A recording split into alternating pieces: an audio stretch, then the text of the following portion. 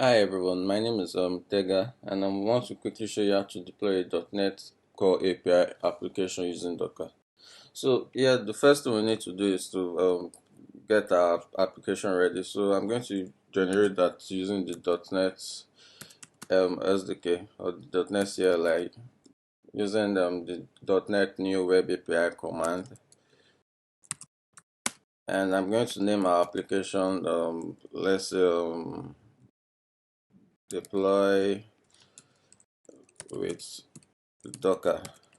Right. So yeah, our application is going to be generated into a deploy with Docker folder. So we're just going to wait for that to generate a little bit. Yeah, so our app has successfully been generated. So the next thing I'm going to do is I'm going to cd into the project, which is deploy with Docker, and then I'm going to open it right here on VS Code. So yes, this is what we get when we bootstrap our web API projects using the .NET CLI. So yeah, our app has been generated. So the next thing for us to do is to write our Docker commands using the Docker file.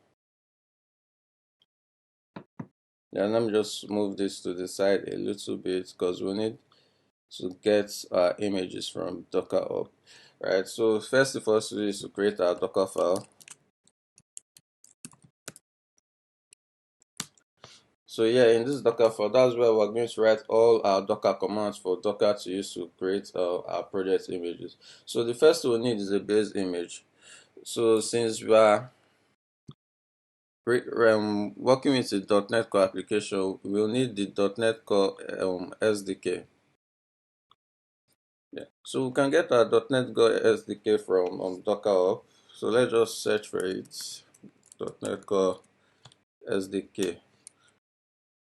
So yeah, this is our .NET Core SDK image. So we need the SDK with the same version of our project. So let's quickly check that. You can check that from the CS file. So from there you can see we're running on .NET Core 3.1. So we need the .NET Core 3.1 SDK image, which is here. You can see the version here is 3.1. So let's just copy that. So the first thing we do is we are going to tell Docker to create a base image from the .NET Core SDK and name this as anything we like basically. So let's just use a good name called build-env. So after that, we create a working directory for our application in our Docker container. So I'm going to call this working directory /app. Then we copy all our csproj file into our working directory. So basically what we're doing here is copying the CH profile from our project to our working directory. Then for us to for Docker to have all our dependencies running, so we need to run the .NET restore command.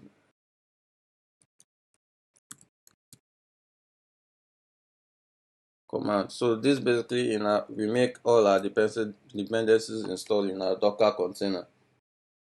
So the next thing for us to do is to then copy all our project folders into our continuous working directory and then publish our projects in the container. So we are going to use the .NET publish with a configuration of release into an output folder. So we're going to name this folder, let's say out. It can be named anything basically. So we've installed our base image which is the .NET Core SDK. We've copied our sales profile, installed dependencies, and published our project in our Docker container. So the next thing for us to do is to install the image that is going to run our application, which in this case is the .NET Core runtime version 3.1. So let's just go to Docker Hub to get that. So basically, this is the runtime we're looking for, the .NET Core runtime created by Microsoft. So we need the version 3.1. So here it is. So let's just copy that,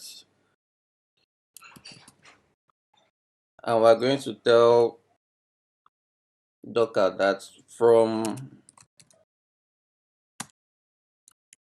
the .NET Core runtime image, install the .NET Core runtime in our container, right? So after that, we are going to remind Docker of our working directory, work, yeah, which is still slash app, and then we expose a port for our project container to run on 80. Then we copy everything else. We copy everything from previous builds. So first of all, we copy from our build env which we had initially,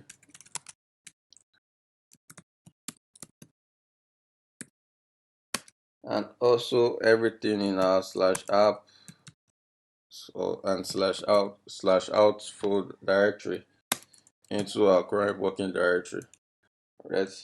So after that, we need to create an entry point for our container. So the entry point basically is just going to be the first command our container would run, and the command here is to run our project. So let's run our project DLL. Basically, it's going to be called deploy with docker.dll. So yeah, we've successfully written our docker command. So let's basically just try this out. So let's run this thing normally without docker. So .NET build first. So our app was successfully built. So now let's run it. .NET run. So yeah, you can see our app successfully ran, and it's currently on this URL, localhost 5000. So let's check this out. Localhost 5000, right? So it's currently saying the site can be reached. So let's see what error this is. So I had something running on that port 5000, but I've killed that running instance. So let's just run our application again. So not run, sorry. So this is currently on 5000. So let's reload this. Let's use 5000 this time. So I forgot to mention that when you set up your project, you need to turn off use HTTPS redirection middleware for now, because it's going to kind of try to redirect to HTTPS locally, right? So yes, our application has successfully run, and if you visit our controller endpoints, which is in my case is slash API slash weather forecast, we should get our application working. Yeah, so yeah, our application successfully runs without Docker. Now let's test our Docker deployment. So first of all, we need to build our Docker image. So we are going to use the Docker command, Docker build. I'm going to tag this our image with a name. So let's just call this Docker net. And we're going to tell it to be from our current working directory. So application was built successfully, our application image was built successfully. So the next step for us to do is to run our container. So we call the container docker net. So we have to run that same container. So the command for that is docker run. So we're going to bind a port to the port 80 we exposed. So in this case, I'm binding my port 8080, and I'm going to use that to run our docker net container. Oh, we have an error. So we have something on that port. So on that port 8080. So I just killed the port. So let's try our docker run again. Docker run dash p 8080 docker net. So let's see what happens. So here you can see our application successfully ran. So in this case, our application will be running on port 8080. So let's visit that same endpoint, but this time with the port 8080. So you see we get the exact same result. So this result here is from the running instance of our Docker image. So in the next part of this video, I'm going to be showing you how to deploy this Docker container to Azure DevOps.